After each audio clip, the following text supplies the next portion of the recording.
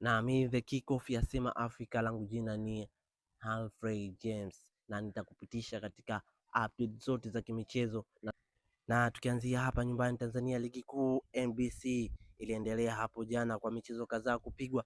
Mchezo mapema zaidi unakuonyesha klabu ya TRA United dhidi ya Namungo, mchezo uliomalizika kwa klabu ya TRA kuibuka na ushindi wa mabao 2-0. Mchezo mwingine unakuonyesha klabu ya Simba Sports Club dhidi ya Singida Black Stars, mchezo uliomalizika klabu ya Simba kuibuka na ushindi wa mabao 2-1. Na mchezo mwingine unakuonyesha klabu ya Dodoma Jiji dhidi ya Azam FC, mchezo umalizika kwa Azam kuibuka na ushindi wa mabao 3-0.